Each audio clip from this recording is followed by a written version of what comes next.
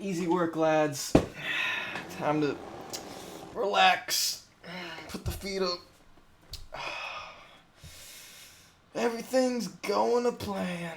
These chairs are great. Go get you one. Link in the description down below. Use code RadMan 5% off. Seriously, I never had a chair before that reclines like that. I know PewDiePie's chair does, but I've never had one, so it's kind of cool. On to the race. Let's get that cheeky plug out of I feel like a dirty little whore. But on to the race. Yeah, that was insanely crazy. I think my heart was that was the first time in a while I actually, like, my heart was beating during a race, because I was like, you know, cheering on for a driver. So as you guys, most of you guys know, Jeff Gordon is, and forever always will be, my driver. So I've now changed allegiances, Chase, and it's the last time I felt like that was actually when he was going for his first career win at Watkins Glen, which was last year, right? Yeah, I think it was last year. And so that was the last time I felt pretty nervous. But yeah, that was a hell of a race. At the end, let's not get carried away with ourselves. This would have been a better race if it was at night, but it wasn't. And so you saw a race where the first 10 laps of every run was pretty decent, because again, you had grip in the track, and that's what we've seen all year long is at these mile and a halves, you want as much grip as possible for this package to work, which is the exact opposite of what you usually want in the older days, where you want a hot, slick racetrack to make the car slide. But when you have low horsepower and a lot of downforce, you kind of want the opposite to keep everyone together. And so as the tires wear it out, you saw the spread of the field get a little bit larger. And just with how fast the guys were going through the corners, you don't see much passing either. So that's just how it is. I'm not saying the race was bad. I'm not saying it was a terrible race. I'm saying if you put it at night, it becomes a better race. And we have had the stats to show that, to be honest. The proof is in the pudding. This year, go look at every single night race that's at a mile and a half, and it's a great race. So I was hoping this would be a night race. It wasn't, but luckily towards the end, we got the infamous late race cautions that just, with this playoff format, you need the late race cautions.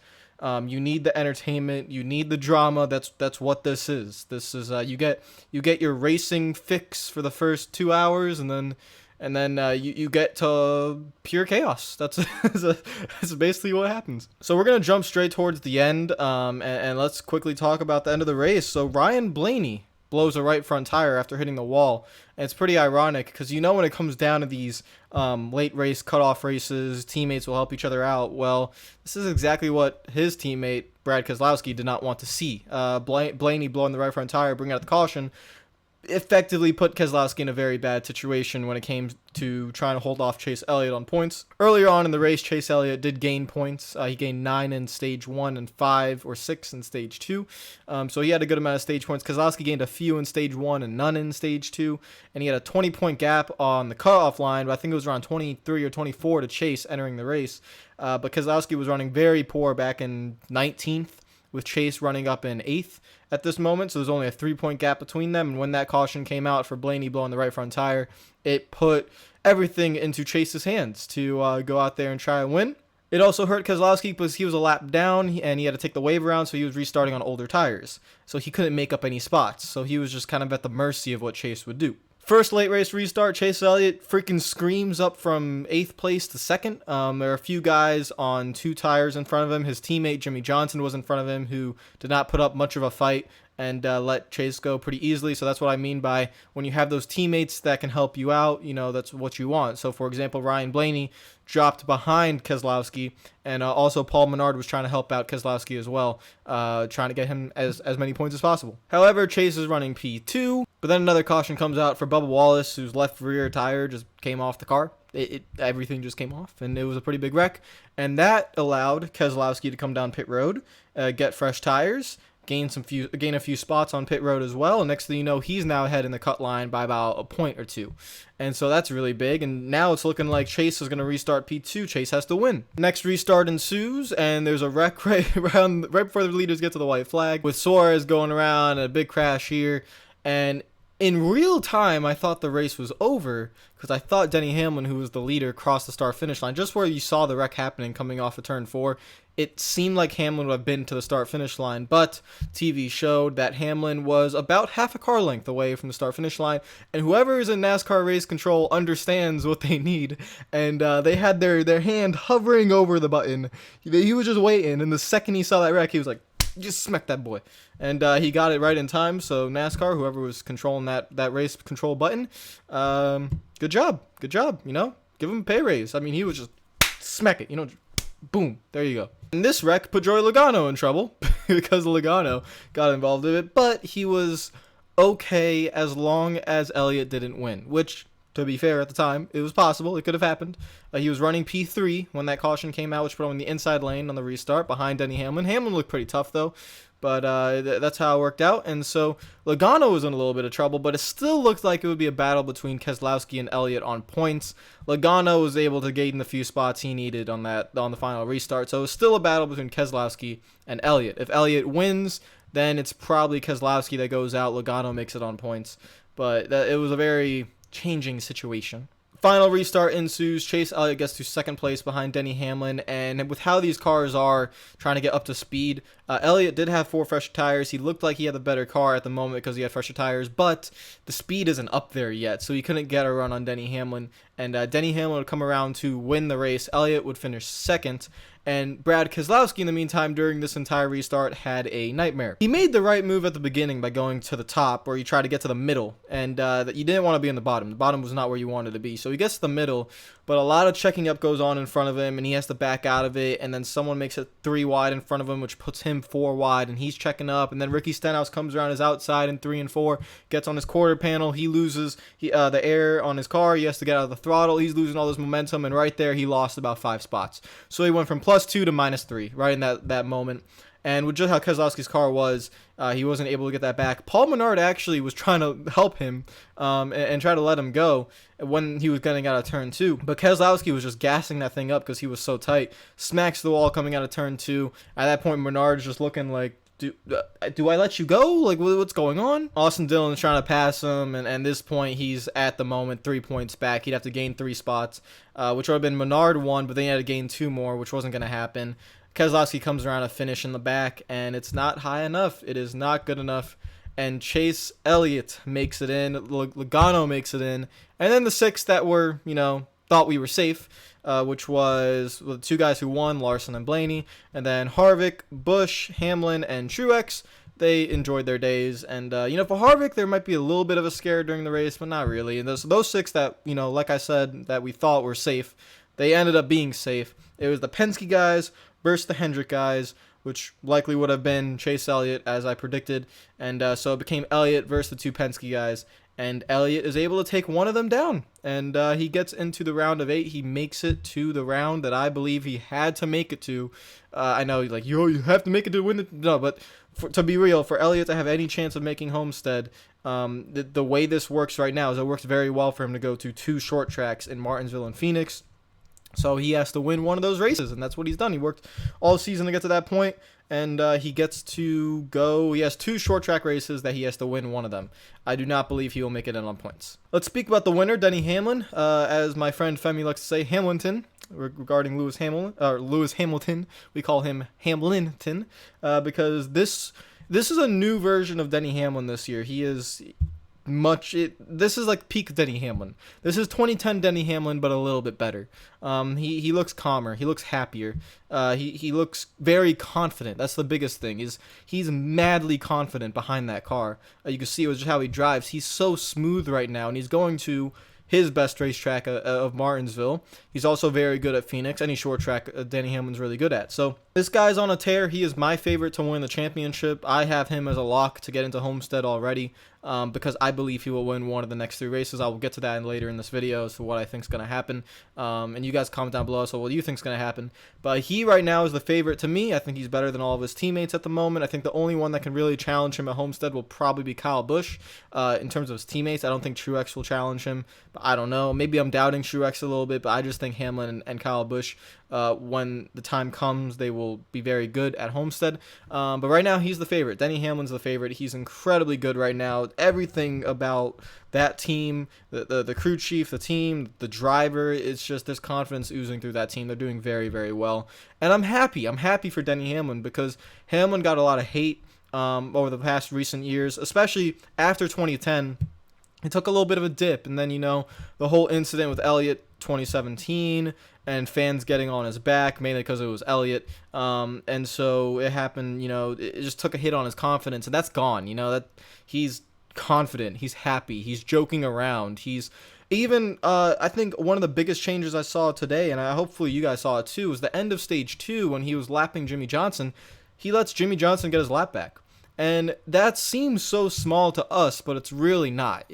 That's a massive thing. You're letting, for one of your rivals, basically a driver on a rival team in Hendrick Motorsports, you just, hey, I'm gonna let you get your lap back. And it's because Denny's just happier that he knows that lapping Jimmy Johnson does nothing for him. It doesn't. There's no point in doing it.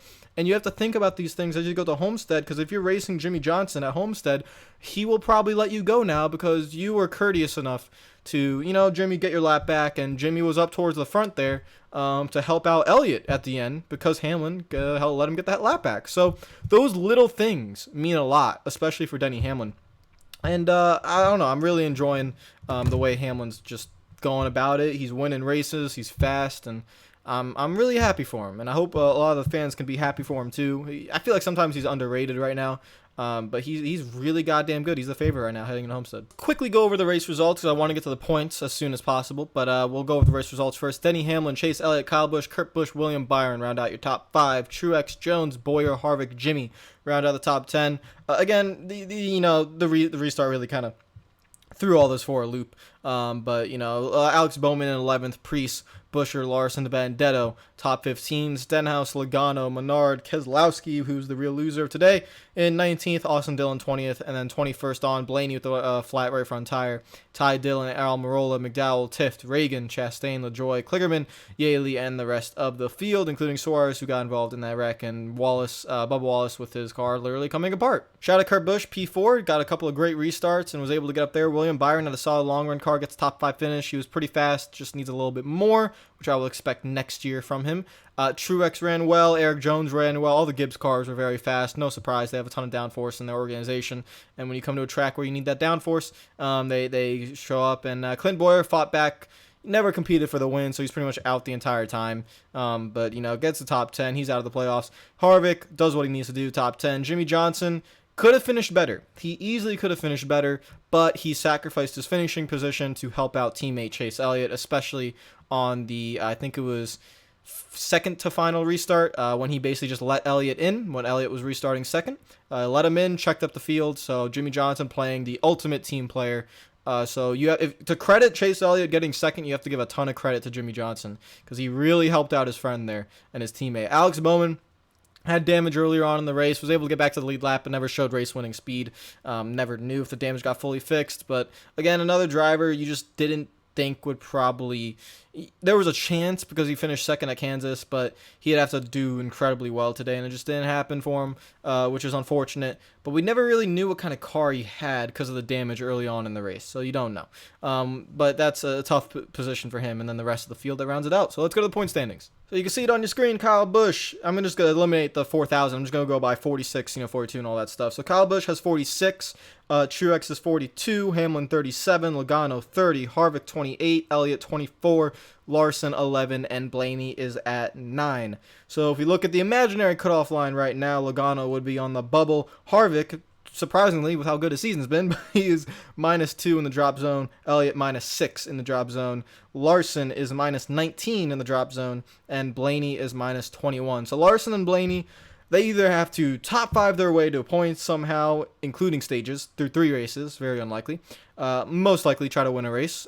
So that's going to be the mission for Larson and for Ryan Blaney.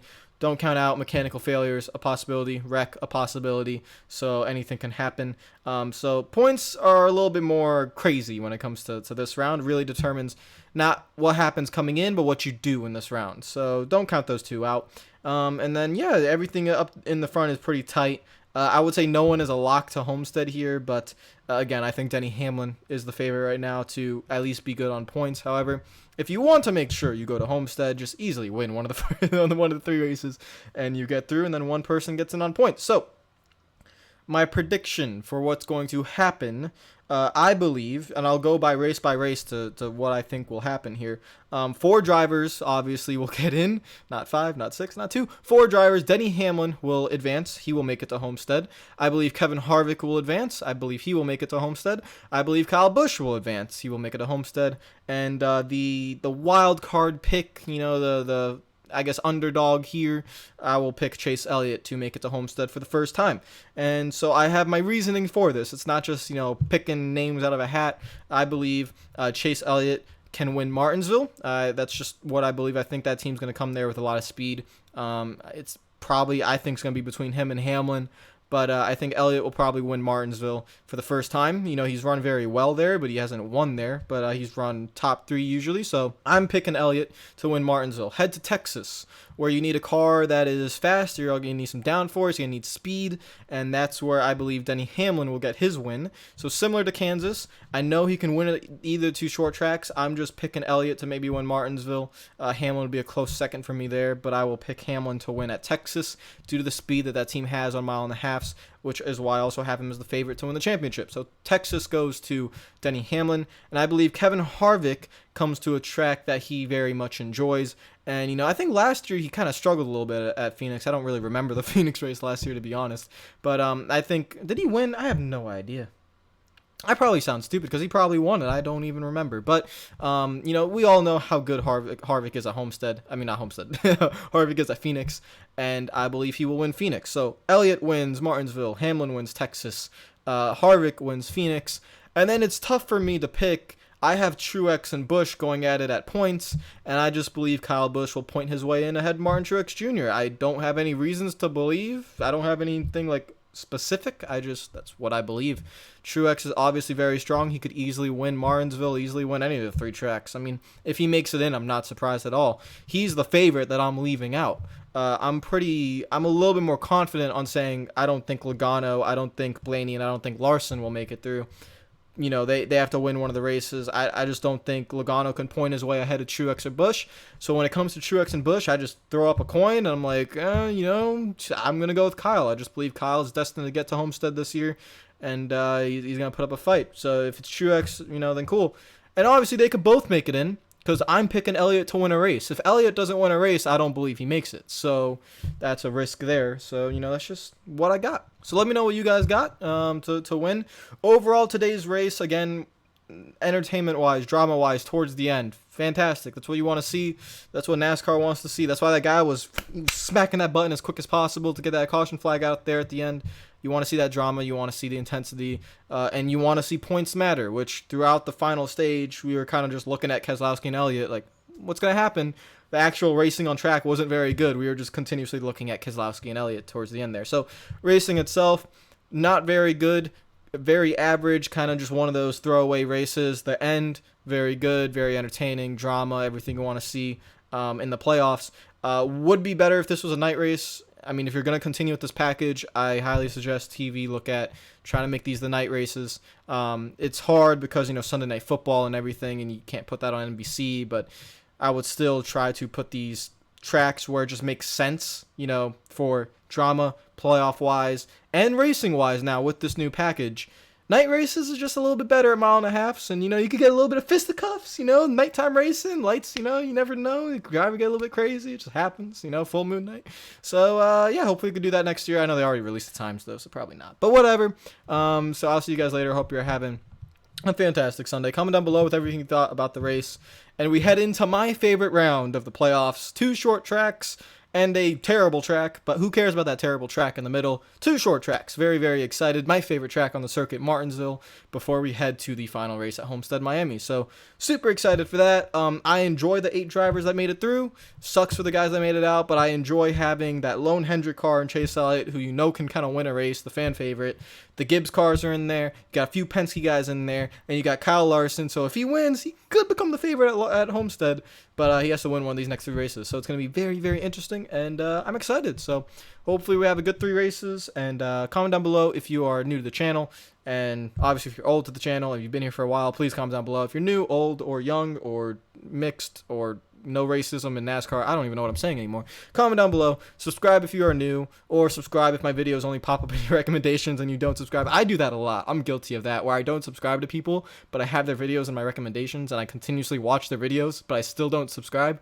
That's on me. So if you don't subscribe to me because, you know, of that, I completely understand, because I'm so guilty of doing the same thing. But if you want, click the red button down there below and press that subscribe button. Follow me on Twitter and Instagram if you're not already. And I will see you guys later. Hope you're having a fantastic day. And time to relax. My boy made it to the round of 8. So on to the best track in NASCAR. Hey, I'm hitting the wall. Okay, no, I'm still in the wall. Oh, nope, this isn't working. Okay, bye.